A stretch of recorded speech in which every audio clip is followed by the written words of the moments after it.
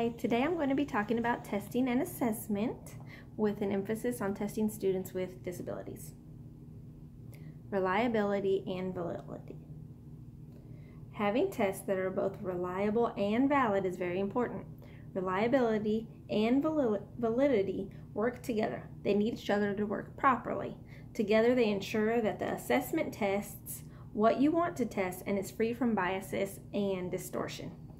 Reliability is the degree to which an assessment tool produces stable and consistent results. An example would be a scale consistently reads the same weight for a particular item. So every time you set that item on a scale, it reads the same exact weight. Validity refers to how well a test measures what it's supposed to be measuring. So the scale, an example would be the scale used to measure something is off by 3 pounds. While a scale is reliable and consistently gives the same weight for an item, it's not valid because the scale is off by 3 pounds. Universal access to education. Teachers are required to use instructional methods to ensure universal access in their classrooms. So what is universal access?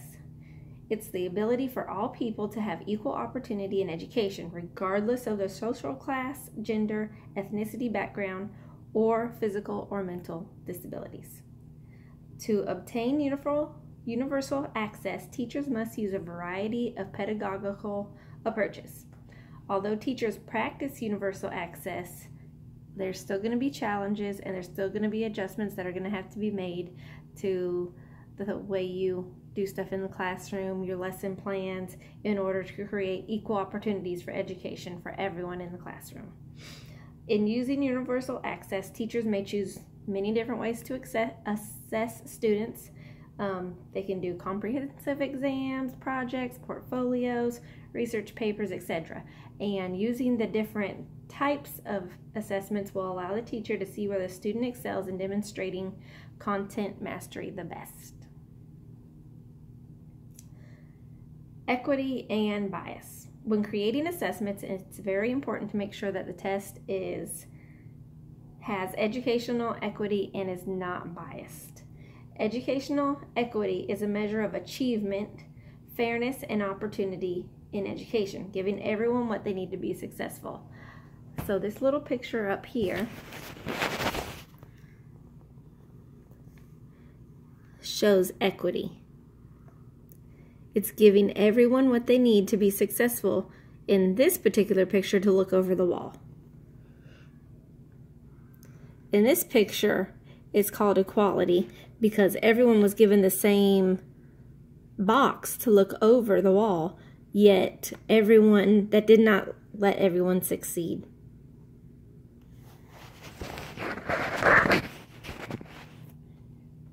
Okay? And there's 2 factors in educational equality, which is fairness and inclusion. A bias is when a certain group of students is disadvantaged. This could be based on the student's color, socioeconomic status, being an English language learner, or many other different factors. Categories of educational biases include construct validity bias. That's when does the test accurately measure what it's supposed to? Okay, so you have to ask that question. If it doesn't, then it's biased.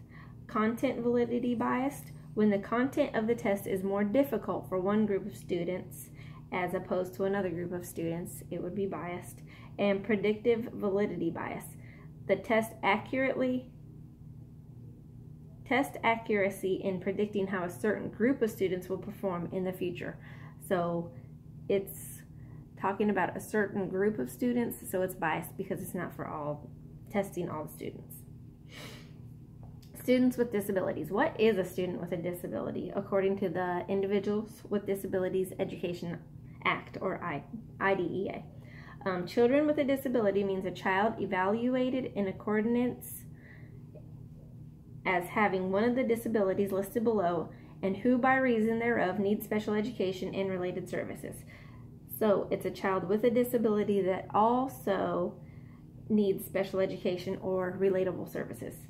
and that would include autism, deaf-blindness, emotional disturbance, intellectual disabilities, orthopedic impairments, specific learning disabilities, traumatic brain injury, visual impairment, including blindness, deafness, developmental delay, hearing impairments, multiple disabilities, other health impairments, or speech or language impairments.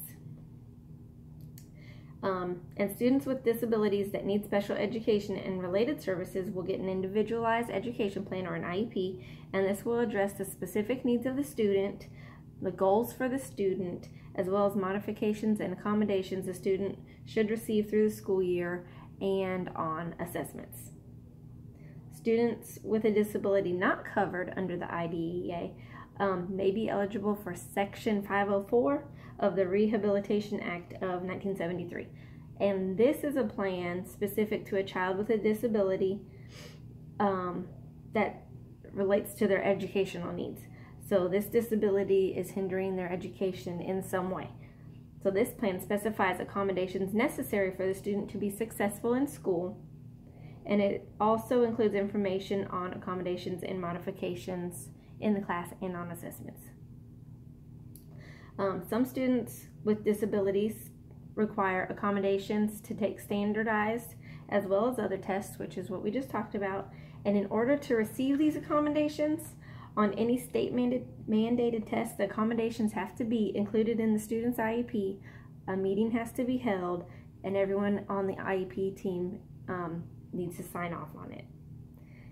And if it is other paper also has to be done by the person in charge of testing at the school, which has to be turned into the state well in advance so that the accommodations for the student are approved prior to the state standardized test. And this is also done with students with a Section 504 plan. Some students receive alternative assessments, and this is done on rare occasion though, and it does have to be approved. Okay, so according to the NC DPI accountability services, standardized test procedures for students with disabilities require testing accommodations and corresponding administrative procedures be developed and implemented to ensure students' needs are met, and at the same time to maintain sufficient uniformity of the test administration to maintain test validity and to fulfill the requirements for testing for accountability. State tests are designed to provide not designed to provide a comprehensive diagnostic information of the individual student. So some accommodations that students may need are special print versions. So if a student has a hard time seeing, the print can be enlarged. Assistive technology devices, special test arrangements. Assistive technology, maybe the student uses a computer, a GoTalk, some kind of other form of technology. A special test environment, the student may need to be tested individually or in a small group. And a student can get one of these testing accommodations or a combination of them. Accommodations designated for the test should be consistent with accommodations used routinely in the classroom. So if a student gets one-on-one testing in the classroom, then you would want them to get one-on-one testing on their state standardized tests. If they are in a small group, then you may want them to have a small group for the standardized test. But if a student is taking a test as a whole group in a classroom, then it doesn't make sense for them to need a or a one-on-one for a test if they receive their test in a general education classroom together with other students. And it's vital for students with disabilities to receive accommodations that are on state mandated tests that allow them to demonstrate their full abilities, their true abilities. However, students must not receive unnecessary, inappropriate, or unfamiliar accommodations, because then that would not make the test valid, because that's not how a student is used to taking their tests. For any state-mandated test, accommodations must be documented in the student's current IEP or Section 504 plan, which we said before, and the documentation must reflect the routine use of instruction and similar classroom assessments that measure the same construct. IEP teams and Section 504 committees are to use caution when selecting accommodations that will invalidate the score. So you're not going to give an accommodation to a student that they have never had before or they don't use in the classroom. But in the same way, you want to give the same accommodations to a student. If they receive those accommodations in the classroom on tests, you want them to have the same accommodations on the state standardized tests, so it is more representative of the true abilities of the student. Accommodations that invalidate test results include, but aren't limited to, test read aloud in English provided for North Carolina test designed to measure reading comprehension. So if someone is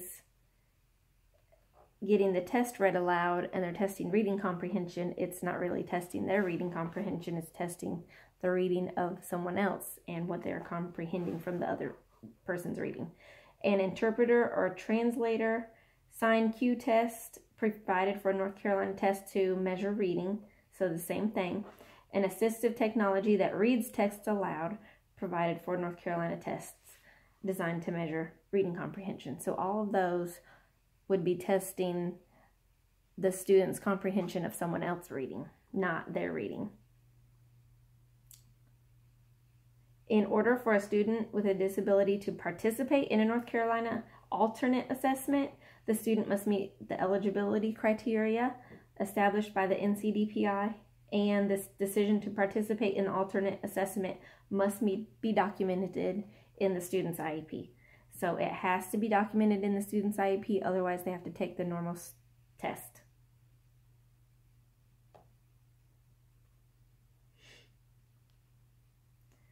The NC Extend 1 alternate assessment, this would be the alternate assessment that they would be taking.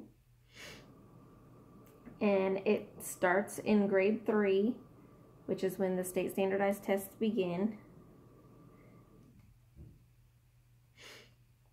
And to determine participation in the NC alternative assessment, they have to meet certain requirements. The student must have an IEP, be enrolled in grades 3 through 8, 10, or 11.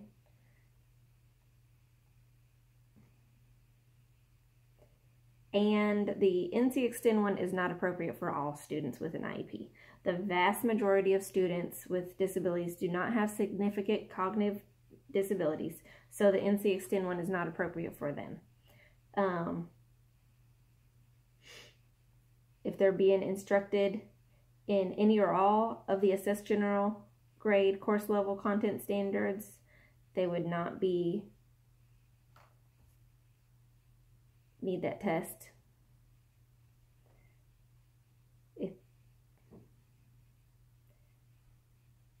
Okay. And testing English language learners. Once identified as an English language solely from the result of the WIDA screener, the student is required by state and federal law to be assessed annually.